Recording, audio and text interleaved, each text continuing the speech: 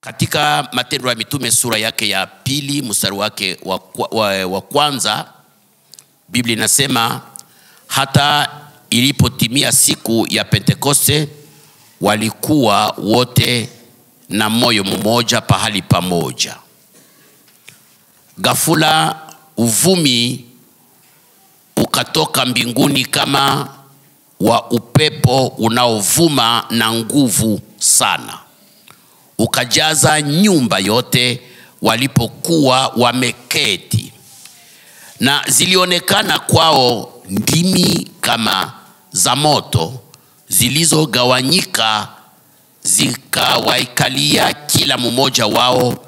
Wakajazwa wote Roho Mtakatifu, wakaanza kusema kwa lugha nyingine kama Roho Mtakatifu alivyowapa kusema. Ni neno la Bwana. Amen.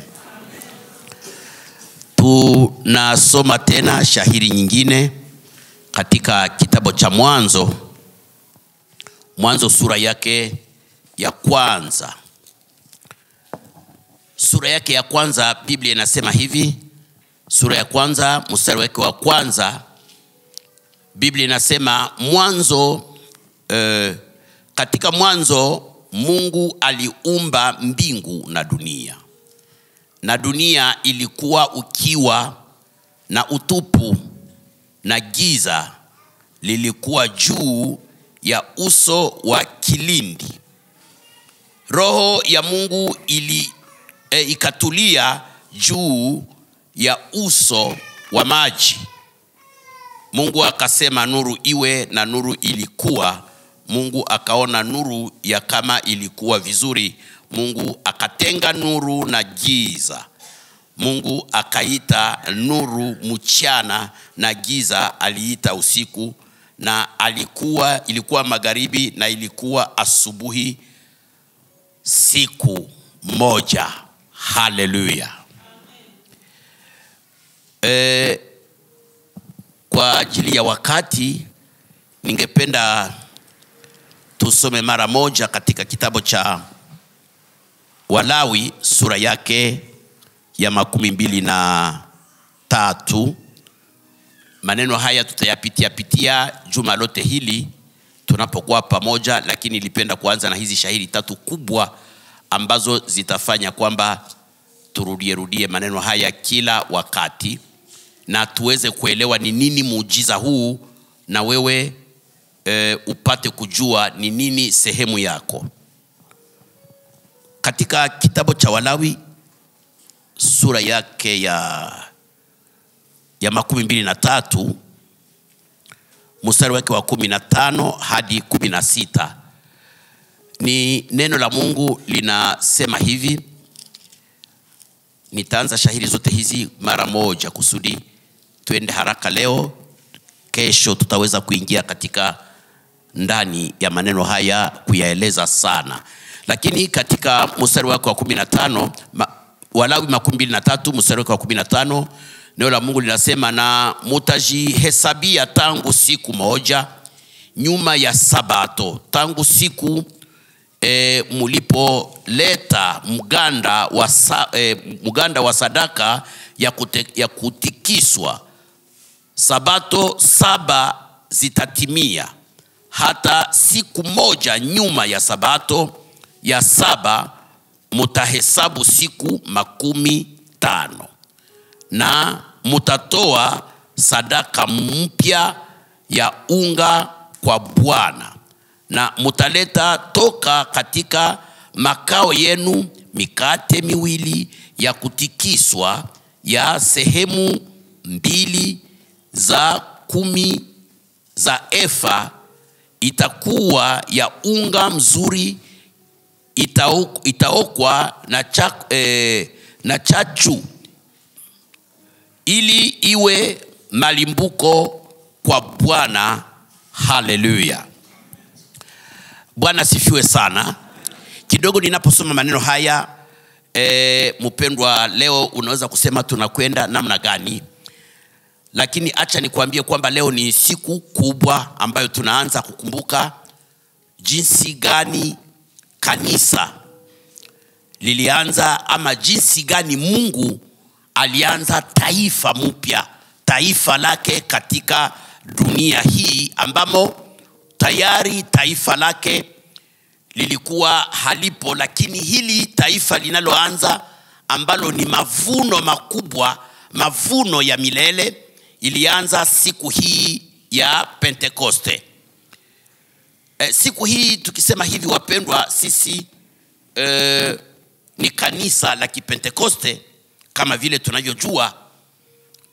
Mojawapo wa makanisa ya shirika letu la namba 8 SEPAK, ambayo SEPAK tulieleza, SEPAK ni shirika la makanisa ya Kipentekoste katika Afrika ya Kati.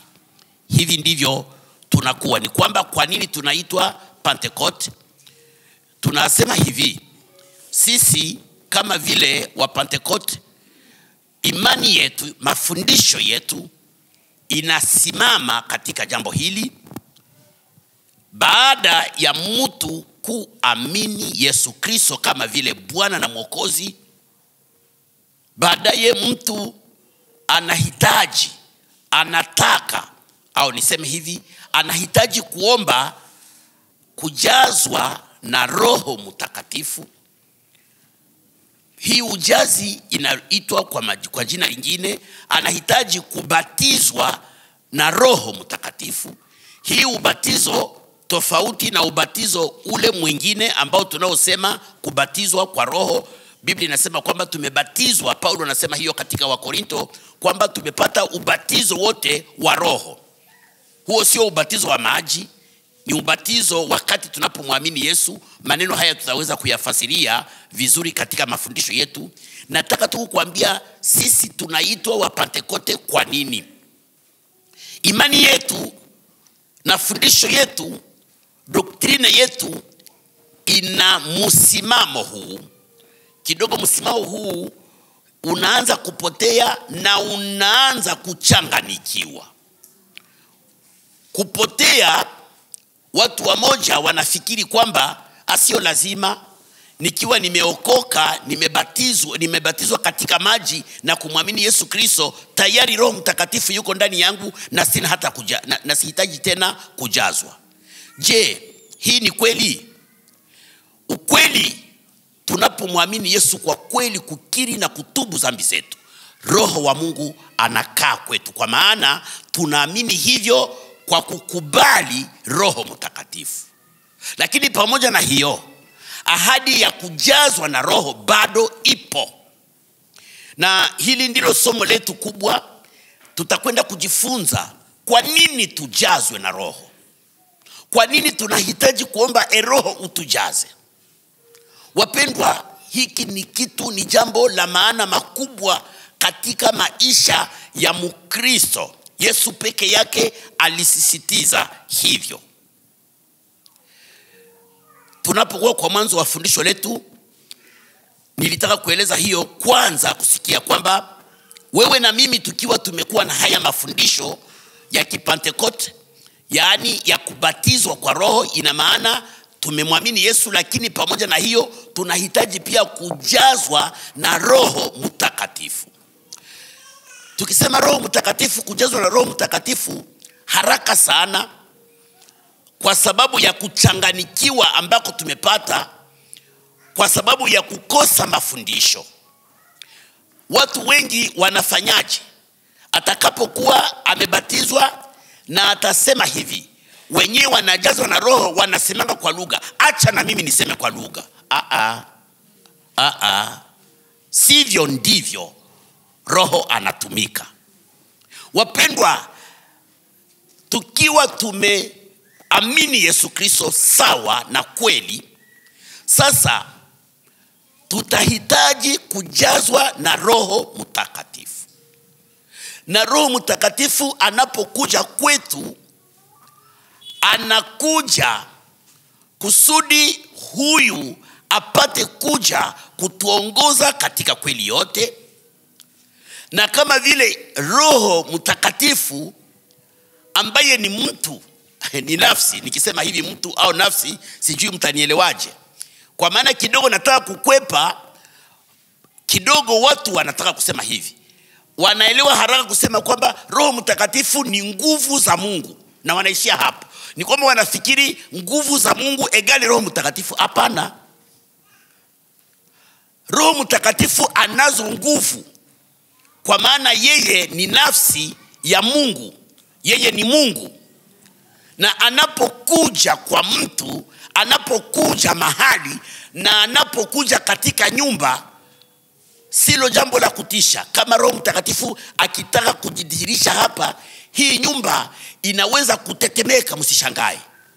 Na usishangae hata ikitetemeka na vitu vianguke kwa sababu ya nguvu za Roho Mtakatifu.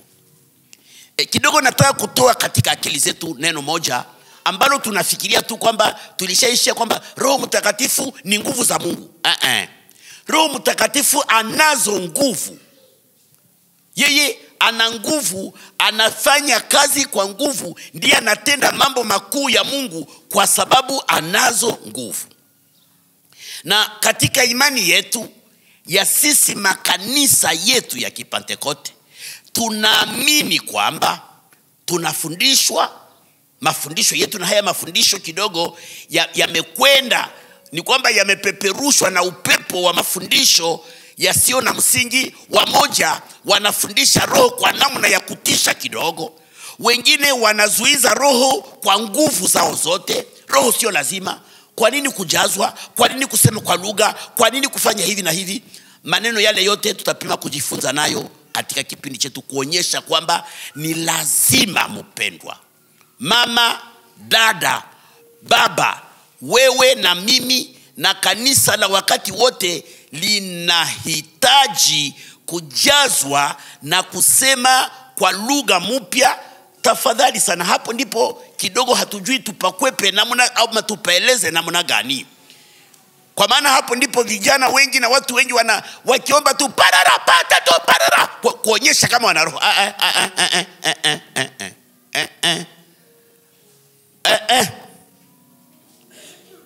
Ni kueleze hivi. Roho peke yake ndiye ana matendo yake makuu anafanya kwetu anapokuja kwetu. Kwa maana Roho yeye ndiye anafanya kazi Mungu anapofanya kazi. Haleluya. Ninasema hivi, Roho ndiye anayefanya kazi Mungu anapofanya kazi. Yaani Mungu anapofanya kazi ni Roho ndiye anafanya kazi. Wafaransa wanasema iko kwa sawa katotoloji. Ninarudia maneno. Kwa nini unarudia hivi? Hapana, njoo maana yake ile. Ni kwamba Mungu anapofanya kazi, nani mwenye atafanya kazi? Roho. Tumesoma katika Mwanzo sura yake ya kwanza, mstari wake wa kwanza na wa pili hadi wa tatu. Biblia inasema hapo mwanzo Mungu aliumba nini? Mbingu na nchi. Lile neno la kusema ile phrase moja yenyewe nasema pale hapo mwanzo Mungu aliumba mbingu na nchi, ni jumla ya maneno yote yatakayokuja nyuma. Haleluya. Mbingu na nchi, yaani hapo mwanzo Mungu aliumba mbingu. Yaani mbingu inataka kueleza vitu vyote visivyokuwa hapa chini ya ardhi, vinavyokuwa huko katika ufalme, katika mbingu ya Mungu, vyenye havina tabia ya sisi watu wenye mwili. Malaika, mambo yote ya huko, makerubi na vitu vingi vyenye hatujui viko huko, Mungu aliumba. Lakini nasema pia na Mungu na akaumba na nchi. Hii nchi ina maana vitu vyote vinavyokuwa katika nchi, kama vile watu, samaki, mimea, dhahabu, vitu vyote, wadudu wadogo, wakubwa na kila kitu. Sasa hiyo jumla, kwa mwanzo anasema Roho wa Mungu alikuwa juu ya maji. Maji alikuweko. Tayari Roho wa Mungu kukua juu ya maji, hakuwa pale akilelea kama vile jani ambalo limekuwa juu ya maji, lakini alikuwa anafanya kazi kwa kungoja Mungu aweke kila kitu taratibu. Ni kwamba roho wa Mungu ndiye analeta equilibre, analeta taratibu, analeta ordre. Haleluya. Roho Mtakatifu analeta, Biblia inasema kwamba alikuwa juu ya maji. Maji kawaida yake, watu wanasema wanaosema maji ni mojawapo wa vile vitu ambavyo vinatiririka. Wafransa wanasema fluide. Ni kwamba vinatiririka. Ukimwaga maji hapa kama haiwekewi mipaka, itafanya nini? Itasambalana. Tunafuatana wapendwa. Sasa kusudi bahari zote na mambo yote yasisambalane, roho alikuwa tayari anachunga kila kitu. Kusudi mambo ambayo Mungu anakwenda kutenda au anayoyatenda yasimame yakienda taratibu sawa na neno la Mungu. Na tunasikia kwa mstari wa 3 Biblia inasema kwamba Mungu akasema. Tayari wakati Mungu anasema, neno linatoka, roho anatenda. Ninaeleza hivi nikitaka kuonyesha kwamba hapo mwanzo, tangu mwanzo, ni kwamba roho hakuanza siku ya Pentekoste. Hapana. Roho ni wa milele kama vile Mungu yuko wa milele. Roho ni wa milele kama vile mwana, yani Yesu, yuko wa milele. Roho ni moja wa nafsi tatu za Mungu. Na hili nilipenda kuanzia hapo tukielewa kwamba tusifikiri kwamba ile siku wanafunzi walijazwa ndiyo roho alianza. Hapana. Roho ni tangu milele, alikuwa Mungu, alikuwa na Mungu na alikuwa pamoja katika ule ushirika. Na hapo tunapoona dunia inapoanza, tayari tunasikia habari za roho kwamba alikuwa juu ya maji akitenda kazi ya kuleta utaratibu na ya kusubiri na ya kuweka kila kitu anore pour que Mungu atakapoanza kutenda kazi, kila kitu kitembee sawa na vile Mungu alivyopanga. Sasa hapa tumesoma kidogo habari ya siku ya Pentekoste. Ninataka kugusa kwa haya maneno yote hivi. Kwa nini? Wako wengi wetu wako hapa leo njoo siku ya kwanza na njoo siku ya mwisho kufika humu. Kusudi utoke tu na kadogo tu na wewe mwenyewe hutafika kesho na kesho kutwa, na labda na siku ya Mungu hautakuwa. Hiyo ni alama ya kukosa Roho Mtakatifu. Kwa maana wapendwa, ni Roho Mtakatifu analeta hamu ya kusikia maneno ya Mungu. Ni kwamba hivi viti kubakia hivi mavide, na labda kesho vitabakia vide kushinda hii ya leo, ni kuonyesha kwamba tuko tabani. Roho wapi? Roho wapi? Wakati roho hayuko ndani yetu, mahitaji ya mwili wetu ndio yanakuwa juu, ndio priority. Wakati roho hayuko ndani yetu, mahitaji ya mwili, mahitaji ya akili, utaona mtu yuko humu na yuko nje. Wakati roho hayuko, tamaa za mwili, hali ya mwili, mambo yote ya mwili, mambo ya dunia ndiyo yanatawala. Ni kwa sababu ya hiyo neno linasema pasipo roho haiwezekani kumpendeza Mungu. Hatuwezi kufanya mapenzi ya Mungu. Na sasa kwa ajili ya hiyo, Roho Mtakatifu Mungu alipanga wakati ambao alisema kwamba itafika kipindi kila mwenye mwili Mungu atamwaga roho wake juu ya kila mwenye mwili. Na hii ni unabii ambao tutausoma katika kitabu cha nabii Yoeli sura yake ya 2 mstari wake wa 28. Kwa nini Mungu anafanya hivyo? Tukiwa tumesema kwamba roho ni wa milele, lakini Mungu analeta unabii kupitia Yoeli kwamba iko siku ambayo atamwaga roho wake juu ya kila mwenye mwili. Kwa nini wakati huo? Kwa sababu hapo Mungu aliweka muda wa kufanya duniani kuanze jamaa lake. Kitu kilichopotea Mungu atakipata kutokana na hiyo siku Roho anatenda kazi katika dunia. Kilichopotea ni nini? Ni kanisa, ni watoto wa Mungu ambao walikuwa wamepotea. Basi kutokana na kazi ya Roho ambaye Yesu atatuma, itafanya kwamba duniani kupate kuonekana kanisa, watoto wa Mungu ambao watakwenda mbinguni, ambao watamtumika Mungu, ambao watafanya kwamba Mungu ajulikane katika dunia, na Mungu apate kuwa na taifa hata kulichukua mbinguni siku moja. Na huyu Roho sasa kuja kwake duniani, anaendelea kufanya kazi kama vile yenyewe tunasoma katika Mwanzo sura yake ya 1 mstari wa 2. Alilinda maji, na Roho yuko katika dunia leo, analinda nini? Kanisa. Bwana asifiwe sana. Analinda kanisa kusudi aliye wa Mungu asitoke. Hii ndio inafanya kwamba hata watu hapa wote hata wanakuwa wanakurupuka na wanakuwa wa kimwili. Hata hivyo hakutakosa wawili watatu wenyewe watabakia, watashika neno, kwa maana wale ambao wanakuwa wa Mungu, Roho anawatunza wasiache Mungu, wabaki waaminifu. Hata mateso itakuwa namna gani, hiyo inatokana na Roho Mtakatifu. Tunaona wa mitume, wakati tutakwenda kusoma habari zao, wakati wanapitia katika vipindi vigumu, Biblia inasema namna gani? Inasema kwamba walipita katika mateso makubwa, lakini Petro na Yohana wakisha kupigwa na wanaambiwa kwamba watakufa, na wanaambiwa hivi, msiseme tena jina la Yesu Kristo. Wanasema haiwezekane sisi kunyamaza, hatuwezi kushindwa kushuhudia tuliloliona. Kama ni kifo ni kifo, lakini sisi tutasimama kwa neno la Mungu. Hizo ni nguvu za Roho zilizokuwa ndani yao, zilizofanya kwamba wapate kuwa hodari katika vipindi vikali.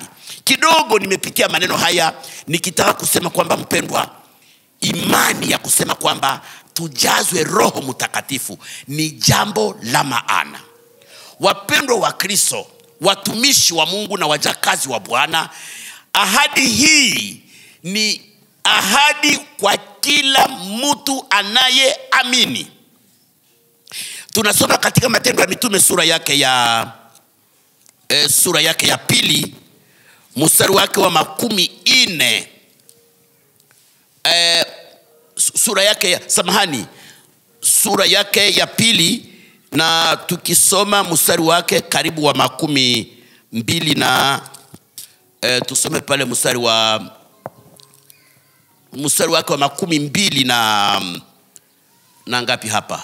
42. Biblia inasema hivi, walikuwa wakidumu katika narudi kwa 13:7. Wakati waliposikia maneno haya, mstari wa sura 2:13-7, wakati waliposikia maneno haya, wakachomwa katika mioyo yao, wakamwambia Petro na mitume wengine, ndugu zetu, tutafanya nini? Petro akawaambia, tubuni mukabatizwe kila mmoja kwa jina la Yesu Kristo, mupate ondoleo la dhambi zenu, nanyi mutapokea zawadi ya Roho Mtakatifu, kwa sababu ahadi hii ni kwa ajili yenu na watoto wenu na kwa watu wote walio mbali na wote watakaoitwa na Bwana Mungu wetu. Amen. Ninajaribu kusema hivi. Nimesema Roho ni wa milele, kama vile Baba alivyo wa milele, kama vile Mwana alivyo wa milele. Yeye ndiye ni mmoja katika utatu wa Mungu. Yeye ana nguvu. Kidogo tu tunaishia kwamba Roho ni nguvu za Mungu. Roho ana nguvu kama vile Mungu alivyo na nguvu, kama vile Yesu alivyo na nguvu. Sasa nasema hivi kwamba kwa mwanzo Roho alitenda kazi kama vile tunasikia alikuwa juu ya maji, na baadaye uumbaji wote tunasikia Mungu akaumba mbingu na nchi, na akaumba vyote vya mbinguni na vya chini. Tayari hivyo vinaumbwa kwa kazi ya Roho Mtakatifu. Katika Agano la Kale, Roho Mtakatifu Mungu alimtumia juu ya watu fulani alipotaka kufanya nao kazi au alipotaka kuwatumia. Lakini katika kitabu cha nabii Yoeli, ahadi inatokea. Mungu anapanga hivi: siku za mwisho nitamwaga Roho wangu juu ya kila mwenye mwili. Wana wenu na binti zenu watatabiri na watajazwa Roho Mtakatifu na watatabiri na watahubiri habari njema. Nasema hii ahadi inafika, ni kama vile inafanana na ile kazi iliyofanyika katika kitabu cha Mwanzo sura yake ya 1 ya uumbaji. Ile uumbaji ambao ulienda kukorofishwa kwa sura ya 3 ya Mwanzo, ambako shetani alidanganya mwanadamu na dunia ikaharibika, ikaingia nguvu za giza na shetani akatawala dunia. Lakini Mungu anapanga mpango mwingine kwenda kuokoa dunia na kukua na taifa katika dunia. Na hii itaanza namna gani? Ni katika ujio wa Yesu Kristo, Yesu kutangaza habari njema, na baadaye Yesu ndiye anasema kwamba nitakapokwenda kwa Baba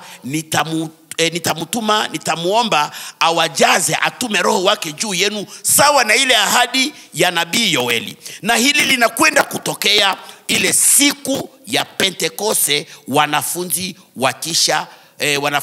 wanapokuwa katika chumba cha juu.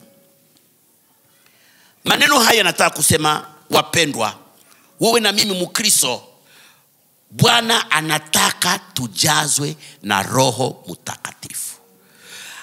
Anataka tujazwe siku ngapi, mara ngapi? Kweli kuna watu walijazwa kwa zamani, na tunapokutana nasema bwana jazwa sawa nini? Sisi tulijazwa kushinda ile, lakini si ulijazwa kana ilishakaisha. Ukikutana kinga moto yenyewe ilishazimika, nasema unakutana moto yenyewe na waka kinga moto, namwambia hivi, mnajua kinga moto ni nini? Eske mnajua kinga moto? Ile lukuni yenyewe ilishazimika, itaambia yenyewe na waka, sasa atona waka na mimi niliwakaka. Sasa uko wapi? Wapendwa, Mungu wetu anataka tuwake kila siku na kila saa kwa nguvu za Roho Mtakatifu. Anataka ule uwepo wa Roho Mtakatifu uwe kwetu. Nimeeleza hivi kwa mwanzo kwamba inatokea mafundisho mengi ambayo yanataka kutuambia kwamba mtu akisha kuamini Yesu Kristo ana Roho Mtakatifu na inatosha. Ninasema ni kweli, mtu anapomwamini Yesu, Roho wa Mungu yuko ndani yake kama amemwamini Yesu. Hili halijasema mtu asijazwe. Mtu huyu ambaye amemwamini Yesu ndiye anahitaji kuomba ili ajazwe Roho Mtakatifu. Kwa nini? Katika Matendo ya Mitume sura yake ya 1 mstari wake wa 8 na kushuka hapo, Yesu aliambia wanafunzi wake, sasa ninakwenda, ninyi msitoke Yerusalemu, mutabaki hapo mpaka Roho atakapowajilia, kama vile nabii Yoeli alivyosema. Na wanafunzi hawakuelewa Roho kwa nini? Maana unataka kuturudishia tena ufalme, Israeli atakuwa tena huru, atoke chini ya utumwa wa Rumi.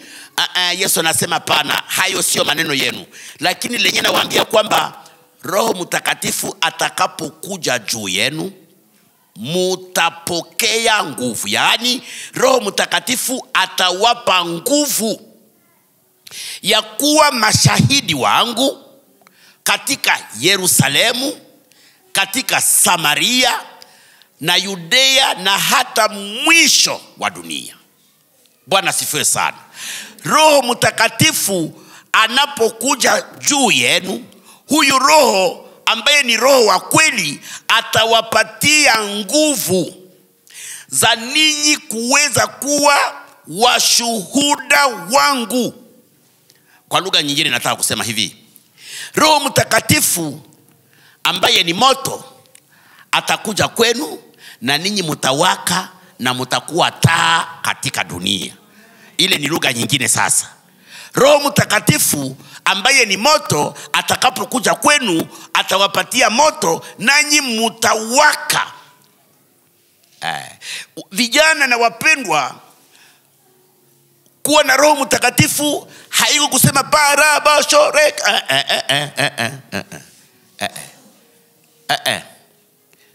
Ndiyo tunasema kwa lugha na ina maana yake kwa nini tunasema kwa lugha, lakini alama ya kweli ya kusema mtu amejazwa Roho, anakuwa moto, anakuwa mtu anayeng'aa, anakuwa mtu ambaye nuru ya Mungu inang'aa, na yeye anafanya hata wengine wapate kumjua nani? Kumjua Mungu.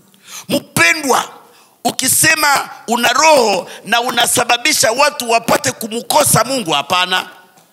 Lakini Roho Mtakatifu, Yesu aliambia wanafunzi kwamba mtakuwa mashahidi wangu. Mashahidi ambao watu wanaoshuhudia Yesu na kuonyesha wengine Yesu Kristo hata wapate kumjua Yesu Kristo. Neno ambalo tunataka kueleza hili tutalifafanua kesho, ambalo linasema kwamba ilikuwa siku ya Pentekoste, wakati Roho anakuja. Nataka kusema hivi, hii Roho kufika ile siku kwa wanafunzi ilikuwa ni mara ya kwanza. Kazi kubwa Roho alifanya katika Agano la Kale ni wakati wa uumbaji. Wakati wa uumbaji, wakati katika sura ya kwanza ya Mwanzo na kushuka, hapo Roho alitenda kazi na miujiza mingi ilifanyika. Ile miujiza ndio itakwenda kufanyika pia katika kwa siku ile ya Pentekoste. Sasa na hii miujiza ni ya ajabu, kwa sababu inakwenda kuumba upya kiasi mtu amutambue Mungu aliye muumba na kumtukuza kwa kweli. Yesu aliambia yule mwanamke Msamaria kwamba wakati unafika watakao muabudu Mungu watamwabudu Mungu katika roho na kweli. Ile kweli, mtu kusudi abudu Mungu katika kweli, ni lazima Roho awe amekuwa. Na huyu Roho ndiye anatusaidia kuabudu Mungu katika kweli. Na hili linafanyika tu baada ya Pentekoste. Nimesema kwamba katika Agano la Kale Mungu Roho Mtakatifu alitenda kazi. Tunasikia habari alikuwa juu ya manabii, alikuwa juu ya makuhani, alikuwa juu ya watu fulani, na kuna watu Mungu aliwatumia Roho, lakini huyu Roho alikuwa tu kwao kwa ajili ya kazi fulani, na baada ya ile kazi Roho hakuweko tena. Lakini katika Agano Jipya vile alivyofanya muujiza ya uumbaji ndio inaenda kufanyika ile siku ya Pentekoste. Kwa nini tunasema siku ya Pentekoste? Nikisema kidogo kuhusu Pentekoste, ile siku ilikuwa wakati wa mitume walijazwa. Ilikuwa ni sikukuu ya Wayahudi. Pentekoste ni mmojawapo wa sikukuu nafikiri 4 hivi za Wayahudi. Kuna sikukuu karibu 4 za Wayahudi, na hii Pentekoste ni mmoja wapo wa sikukuu. Na hii sikukuu ilisherekewa tangu Agano la Kale. Mungu aliambia Musa wakati wa Israeli wakingali katika jangwa watafanya sikukuu ya Pentekoste. Sikukuu hiyo ndio, kwa sababu ya hiyo sikukuu ya Pentekoste inaitwa sikukuu ya mavuno. Inaitwa pia sikukuu ya majuma. Sikukuu ya mavuno, sikukuu ya majuma, pia inaweza kuitwa sikukuu ya malimbuko. Sasa wanafunzi walijazwa siku ya Pentekoste. Sio wanafunzi, sio kujazwa kwa wanafunzi ndiko kuliacha ile siku inaitwa Pentekoste, hapana. Lakini Pentekoste ilikuwa ya Wayahudi. Isipokuwa sasa hii Pentekoste ya wanafunzi ndio inakwenda kuwa Pentekoste halisi kamili. Kwa nini? Kwa maana sikukuu ya Wayahudi ilikuwa ni mavuno ya ngano, sawa vile tulisoma katika Walawi. Tumesoma katika Walawi sura yake, ilikuwa Walawi sura yake 23 mstari wake wa 15. Tulisoma Mungu anamwambia Musa hivi, anamwambia kwamba Musa 23 mstari wake wa 15. Hii tumesoma mbele, tunafunga kipindi cha leo. Neno la Mungu linasema kwamba na mutajihesabia tangu siku moja nyuma ya Sabato, tangu siku mulipo leta mganda wa sadaka ya kutikiswa, Sabato 7 zitatimia. Hata siku moja nyuma ya Sabato mutahesabu siku 15. Pentekoste neno la Kiebrania maana yake 15. 15 kwa nini? Nasema hii ilikuwa wanafunzi walijazwa ile siku ya sikukuu ya Pentekoste ya Wayahudi. Lakini sasa hii Pentekoste ikaenda kubakia kwa kanisa kujazwa kuwa Pentekoste kamili na halisi. Tunasema hivi, Wayahudi wao walisherekea hiyo tangu Agano la Kale. Nimesema ni mojawapo wa sikukuu za Wayahudi. Sikukuu ya nini? Ya mavuno. Ni kwamba mbele ya Pasaka Wayahudi wanalima ngano, na ngano wakati wanalima, mnajua ngano ina vipindi vyake. Walikuwa wanavuna wakati wanaanza mavuno, wakati watakwenda kusherekea Pasaka. Na walikuwa wanafanya namna gani? Kile kipindi karibu siku yenye itatangulia Sabato ya Pasaka, tayari ngano ya kwanza ilianza kukomaa. Na walifanya nini? Walikata miganda ile ya kwanza inayokomaa,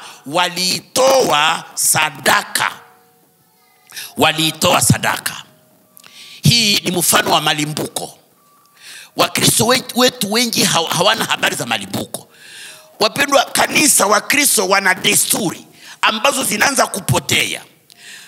Desturi gani? Ni kwamba tukiona hata huko mashambani, waliokuwa vijijini au mahali pengine, kama mtu alipanda ndizi, ulipanda shamba la ndizi, ile ndizi ya kwanza itakayokomaa sio yako, sio yangu, huwa wanaikata, wanakwenda kuitoa kwa Mungu. Na hiyo ni kama vile limbuko. Na sasa Wayahudi walifanya namna gani? Wakati ngano imekomaa, wanafanyaje? Na hata hiyo inafanyika hata kwa watu wengi, na hata kuna wanaheshimu hiyo. Mafundisho yanapotea. Kwa mfano, mtu alikuwa anatafuta kazi, anakuwa angaje, ile salere ya kwanza sio yako, ni limbuko inatolewa kwa madhabahu. Na Wayahudi, Mungu aliwaambia vile, wakati ngano imekomaa, ile miganda ya kwanza walikwenda nayo na walipatia kuhani, na kuhani alikwenda kuitikisa mbele ya sanduku la agano, kupasha habari kwa Mungu kwamba Bwana, tunakushukuru, ngano yetu sasa tayari mavuno yanakuja. Na walitikisa ile, na hiyo ilitolewa kwa Mungu. Ndio ilikuwa inaitwa sasa, hapo wanakwenda kutikisa miganda, yaani yale malimbuko ya kwanza. Tangu walifanya hivyo, kutikisa hiyo miganda mbele ya sanduku, walihesabia Sabato 7. Sabato moja ina siku 7. Na walihesabia siku ya Sabato ya kwanza, yaani 7 mara 7. 7 mara 7 ni siku ngapi? Ni siku 49. Sasa ile siku yenyewe inafuata ile siku ya 49, njoo ilikuwa siku yenyewe wamekwisha kuvuna. Ni kwamba tangu walitikisa ile miganda, zile majuma sawa walikuwa wanavuna. Sasa ile siku ya 49 watakuwa wamevuna mavuno yote katika gala, na ndipo wanafanya fete inayoitwa sikukuu ya mavuno. Ndio maana ya Pentekoste. na walisherekea ile sikukuu. Kila mwaka walifanya hivyo, kila mwaka walifanya hivyo. Mbele ya Pasaka, baada ya Pasaka, walikwenda kutikisa ule muganda, yaani mavuno ya kwanza. Na walipofanya hivyo, walihesabia siku saba, sabato saba. Ile siku yenyewe inafuata zile sabato saba ndio iliitwa siku ya 50. Maana yake Pentekoste, na walisherekea hiyo. Sasa sikia, ile ya Wayahudi, msikie wapendwa, mbele tunamaliza. Maneno yote haya ambayo tunayoyasema, Pentekoste, zile picha, zile sikukuu za Wayahudi, ilikuwa ni picha inapasha habari itakayofanyika wakati Yesu atakapokufa. Kwa maana Yesu naye alikufa ile siku malalio ya Pasaka. Mwa ile malalio ya Pasaka ndimo Yesu alikufa. Na baadaye ile sabato, ile siku ya sabata, ile sabato ya Pasaka ndio walikuwa wanakwenda kutikisa miganda. Na ile siku wakati wanatikisa miganda yenyewe walivuna, nayo ndio ile siku Yesu alifufuka kutoka wafu. Yeye ndiye limbuko, ndio muganda wa kutoka mbinguni ambao Mungu aliweka akafufua kutoka wafu, kuonyesha kwamba kila anayeniamini hata kufia, hata ozeaka mkaburi, lakini atatoka ile siku parapanda litalia. Bwana sifiwe sana. Kwa ajili ya hiyo tunasema Yesu ndiye limbuko, ndiye muganda wa Mungu uliotikiswa. Na sasa sikia, Yesu alipokuwa amefufuka vile nimesema, baada ya kutikisa muganda walikuwa wanahesabia sabato ngapi? 7. Ni kwamba kulikuwa kunapita siku 49 na ile siku ya 50 ndio ilikuwa Pentekoste. Ndivyo vile ilifanyika na wanafunzi. Yesu akisha kufufuka alibakia siku 40 angali anaonekana. Na siku sasa anakwenda, ilikuwa inabakia siku 10 hivi. Sasa ikaenda kamatana zile siku 10 wakati inapita. Ni kwamba kwa maana Pentekoste inasema ni siku ya ngapi? Baada ya kutikisa miganda, siku ya 50. Na Yesu naye alikuwa, wakati alikwenda aliacha wanafunzi walikuwa na Yesu anaonekana siku 40. Lakini Yesu tena alipoenda wakafanya siku 10 katika maombi. Na ile siku ya 10, yaani siku ya 50 baada ya Yesu kufufuka, Roho Mtakatifu akashuka kwao, kuonyesha kwamba mavuno ya Mungu yamekuwa tayari. Bwana sifiwe sana. Na tangu siku ile mavuno yako yanaingia katika gala ya Bwana, yanaingia. Na wakati muganda wa mwisho utaingia, parapanda litalia, na tutakwenda mbinguni mara moja kukaa pamoja na Bwana. Wapendwa, nataka kusema hivi, ni kwamba siku ya Pentekoste tayari Yoeli alisema itakuwa ni siku alama ya kuonyesha mwisho wa dunia, ya kuonyesha kwamba sasa Bwana anaanza kuvuna dunia yake. Kila mtu anayeokoka anaingia katika gala la Bwana. Kila mtu anayeokoka ni kama vile muganda ambao umevunwa na unaingia katika gala la Bwana. Na mpaka tangu siku ile, Biblia inasema kwamba ile siku ya Pentekoste, wanafunzi, Petro aliposimama kuhubiri na wanafunzi wamejazwa na kusema kwa lugha mpya, watu zaidi ya 3,000 waliokoka. Ni kwamba kanisa lilikuwa inaugire na hesabu ya watu 3,000. Kanisa likaanza, na tangu siku ile kila siku kuna mtu anaokoka, watu 2. Na Bwana anasema kila mtu mwenyewe ameokoa naye aende kuokoa mwingine. Na hii ndio tunasema kwamba tunahitaji kujazwa Roho Mtakatifu kusudi tuweze kutangaza habari njema na watu wapate kuokolewa. Kwa maana tuko katika kipindi ambacho Bwana yuko anaingiza watu katika gala lake, na tunangoja tu ile siku ambayo parapanda italia na Bwana atakuwa ameweka kila roho iliyopotea katika gala lake, na itakuwa mwisho. Nataka kusema hivi kwa mwisho, wapendwa, wewe na mimi, ikiwa tunasema Pentekoste, Wapendwa, tunahitaji kujazwa Roho Mtakatifu. Pasipo Roho Mtakatifu hatutaweza kamwe kutangaza injili, kwa sababu wako wengi katika makanisa, wako wengi ni watumishi, wako wengi ni waimbaji, wako wengi ni manabii, wako wengi pahali pa kutangaza injili wanatoa watu pahali pa kuwaleta kanisani, lakini wanawatoa katika kanisa. Wanafanya injili ya Yesu inatukanwa. Kwa nini? Kwa sababu wameshikwa na nguvu za giza na hata hawawezi kufanya kazi kama vile Bwana anavyotaka. Nataka kusema hivi kwamba mpendwa, tunahitaji kutamani kujazwa na Roho Mtakatifu. Kwa nini? Hivi ndivyo Yesu aliagiza. Tutakapojazwa na Roho Mtakatifu, hapo ndipo tutaweza kuwa mashahidi kweli wa Yesu Kristo. Tumesoma katika Injili katika Matendo ya Mitume sura yake ya 4 kwa ile mstari wake wa 37 na kushuka pale kwamba ahadi hii ni kwa kila mtu atakaye amini. Wapendwa, ukitaka mambo makubwa yatokee katika maisha yako, lazima uwe na hamu ya kujazwa na Roho Mtakatifu. Uishi Pentekoste mwenyewe na upate kuweza kuishi maneno ya Mungu. Hii Biblia ambayo tunayokuwa nayo wapendwa, maneno yenyewe iko humu, sio rahisi kwa mwili wetu kuyatenda. Haiko rahisi. Nakumbuka tulikuwa hapa na wenzetu siku ya Mungu, tukasema kwamba mwandishi mmoja amesema kwamba il sera très difficile d'être chrétien le dernier jour. Vigumu wapendwa.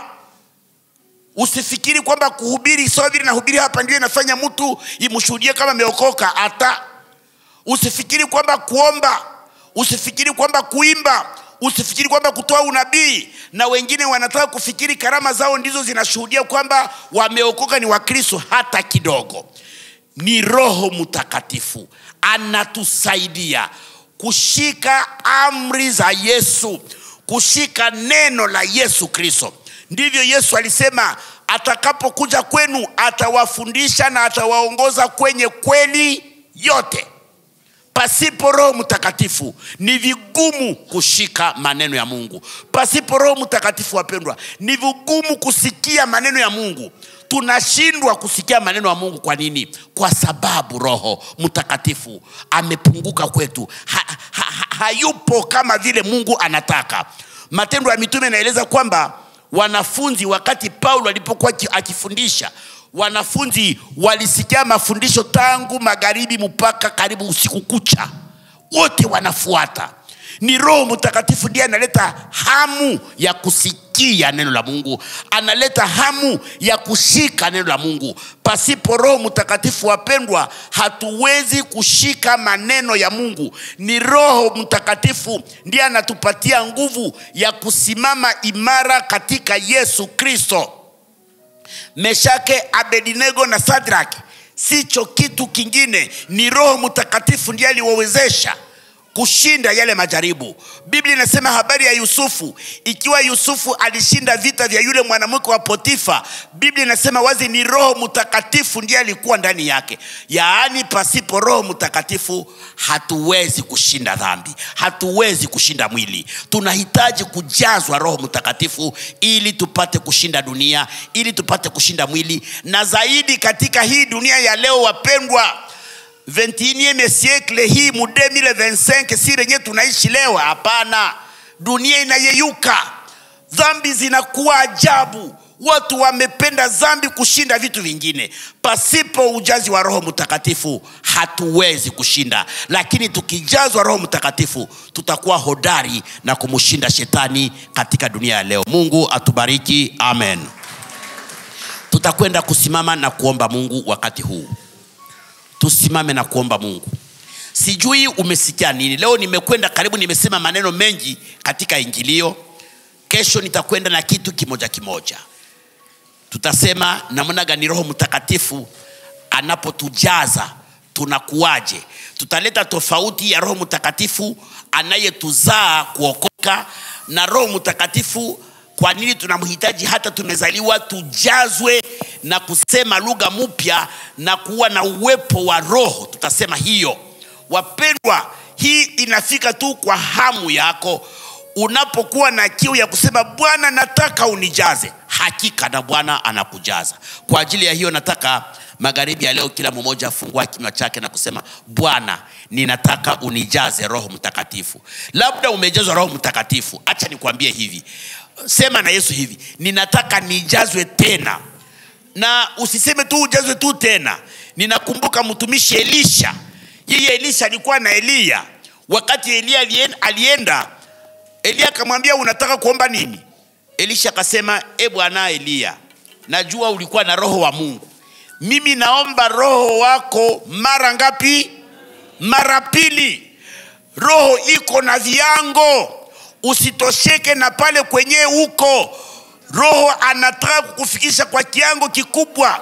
Ninakueleza kama mwenzetu, mtu kama vile Petro alikwenda na kivuli chake kinaponyesha watu, inaonyesha kiango gani cha roho kilikuwa ndani yake. Wewe na mimi tutamani kujazwa na roho, wapendwa. Wapendwa, tukubali kwamba roho tunahitaji kujazwa na kusema kwa lugha mpya na kuishi nguvu za Bwana. Hili ndilo hitaji tuombee wakati huu. Kila mtu afungue kinywa chake. Sema na Bwana, Mungu unijaze tena leo. Nataka unijaze tena mara nyingine. Na kama hujanijaza sema nataka na mimi nijazwe Roho Mtakatifu. Karibu kwa maombi. Mungu Baba, tunakusifu. Tunakushukuru kufikia siku hii ya leo ya Pentekoste.